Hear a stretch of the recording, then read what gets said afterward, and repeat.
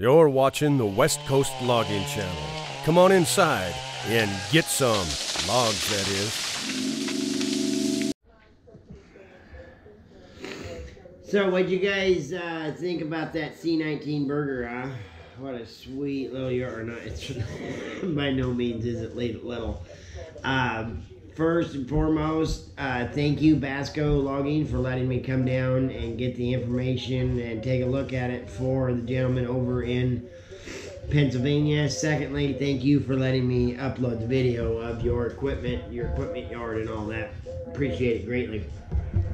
But I'm reading this article that Eric C. Cole put on Facebook, and I'm going to share a link to it too on Facebook. Addressing the forestry industry labor shortfall. Now, this is an article that was written in Canada, but it's still affecting us here. Just the findings and the facts are going to be different. Anyways, current and pending shortages were officially compiled in 2013, and there will be 4,700 job openings would appear by 2022, and 12,500 job openings are expected in BC by 2025. Retirement-related turnover is the key factor to supporting these numbers over the decade, and expected to reach 60% in forestry and logging occupations in BC by 2025. It's 12,000. That's a lot of jobs. That's a lot of steak and potatoes, boys and girls and kids. Stay in school, kids.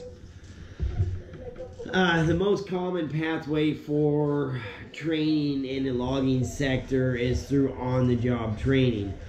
Experience and workplace knowledge, which is passed down from more experienced senior workers who tend to be the most productive on the crew, which makes sense. Unfortunately, taking top workers away from production to pass on valuable knowledge to the next generation reduces production and profitability at a time when contractors are struggling to remain sustainable.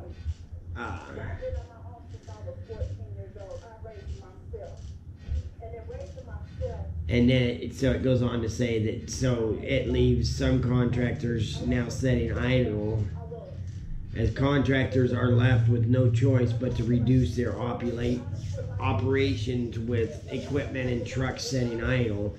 They can't find skilled workers for them. And I mean, it's the same here. I see, and after talking to Basco about the C19, that's exactly what they're doing right now, is trying to find their perfect size, whether it's one side, two sides, and they've been in business a long time, a successful business. And we've talked about this before, but this article is actually pretty interesting. And in response to the dilemma in 2016, the Truck Loggers Association proposed a logging contractor training tax credit to ease the financial burden of on-the-job training for contractors. This approach would help to ensure next generation of workers acquire the necessary knowledge to be productive and safe before the know-how is lost to retirement. It's a good idea in a sense, but I'm going to say this in just my past experiences for our region. Up there it may be different. What's going to happen with that is the person is still going to be paid as unexperienced, and so they're going to get a lower wage. And then the contractor is going to get a tax break or a break on the wages for this person and everything to put a few bucks back in his pocket. And it's not going to be passed on to the more skilled employees or used to entice younger generation or others to come into our field, being higher wages, 401k, insurance, vacation. That's something that me and Marco was talking about. He asked me, he was like, do you not like to travel? And I was like, I absolutely would like to travel, but, and he said, well, what do you mean you can't find time? And I'm like, I have to be to work on Monday. And he was on a 1 month vacation. And I was like, well, there are not very many logging contractors around here that offer much for a vacation time at all, and can guarantee you to get a month out of them, you'd had to been there a very, very long time. So I think you see where I'm going with this. So let's read on a little bit. The current government recognizes the need to recruit and train for the forestry and fishing in the Ministry of Advanced Education. Now that's where I think, like with Marco having the school thing, I'm thinking that's a really good idea, because of the injury rate is a lot less. It's government funded, so it's not like the government is paying the money out, but they're also getting the money back from the timber that's being logged. So it's not like it's not like it's a bad deal for them. Oh, I lost my place. Oh, so it goes on to say, they need to come up with a better system, manufacturing wood products sector, while positive funding for existing programs are lacking, and more degree and certified programs are not substitute for ground training. So there is a logging class that is given up at Oregon State University, the Beavers. But I've taken that class twice, and it's really neat. I learned how to do a leaning tree intermediate support. Super freaking cool. But so yeah, I wanted to, and the thing of it is, and like I say, this is just my take, and from my experiences, you've got guys that are trying to run a successful business and pay their employees good and give them insurance and all that. And then you have guys that come in or have been in business for a long time that they're paying their employees under the table. They're not carrying workman's comp on them. They're not paying unemployment insurance wages, on their wages. None of that. So when they go in and bid on a job, they can go in and bid a little bit less because their cost is less and still make money on it. And then who gets hurt in this? It's the employees.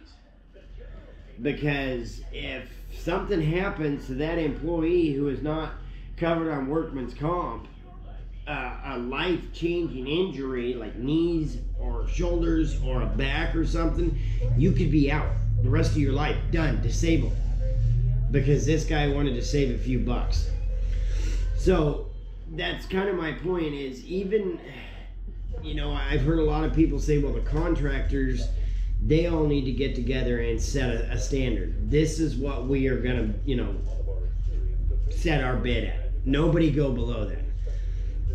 You'll get 99 of them that'll agree and sit down and they'll shake hands and they'll stick to that. But there will be one of them. And like I say, he'll probably be the one that's not carrying comp, not paying employment taxes, not paying wage taxes at all. Already has a leg up on these guys that are trying to make, a standard and bring more to the employees and whatnot. Will go in and underbid them all and take the job. And that's not the whole problem. Don't please don't take me wrong. That's not the whole problem. The wages are not there. That's part of the problem. The timber industry right now is at a very high point. Timber is going for very, very good money right now. But in order for employers to up your wages, give you the benefits, vacation time and all that, it's hard for them to do it when the market does this. Because they raise your wage today and then the market drops tomorrow. What are they? Are they to drop your wage along with it? So, and which there's no way we could fix the market so that it stays even either. It's just not going to happen unless it's not going to happen. It's just not going to happen. But there does have to be something that can be done. I do think that this tax is a good idea. That will help. Because guys that are getting trained, you know, they still have the employer still has that tax they have to pay on them and all that. I think that maybe for the logging contract, well, even the truck drivers, maybe if they got a break on their workman's comp for training new people into the industry would be a good idea. But the insurance company is going to say, well, the unexperienced are going to get hurt more, which they are. So they're not are, but just kind of happens that way. So it's a very gray and blue and black area, and it's really shady. But there does have to be something that will bring the younger generation in. Okay, sorry, I'm back. Anyways, talking about bringing younger people in, and talking about contractors or business owners. Now, don't take me wrong in that, because there are successful businesses that run their employees as contractors, but they know they're contractors. They get a 1099 form, you know, at the end of the year and all that. So all of that stuff, you know, they make them carry insurance on themselves. They make them show proof of the insurance and all that. I'm talking about the owners that just slip, you know.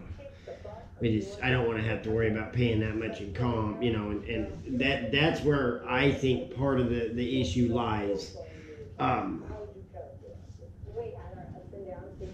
Not only in bringing new and younger people into the industry, but the industry in a whole, you know, because then it does make it harder on these other people that are trying to give insurance and vacation pay and do all that, and to have contractor appreciation days for their contractor employees and whatnot. That it just makes it harder. I hope I'm not stepping on my own toes here, but I'm fairly sure a lot of you understand what I'm trying to say. You know, we talked about this here a couple of months ago. I read an article, and I don't remember where I read it from, but anyways, like I say, this one's from BC, so obviously it's not just an issue here or an issue on the East Coast. It's everywhere. I'm very interested in to see how all of this pans out in 2025, 2030. So hopefully West Coast Logging Channel will still be around then, and we can continue, and hopefully we see a increase in employees and a decrease in so-called respectable business owners. Stay safe, friends. Get logs.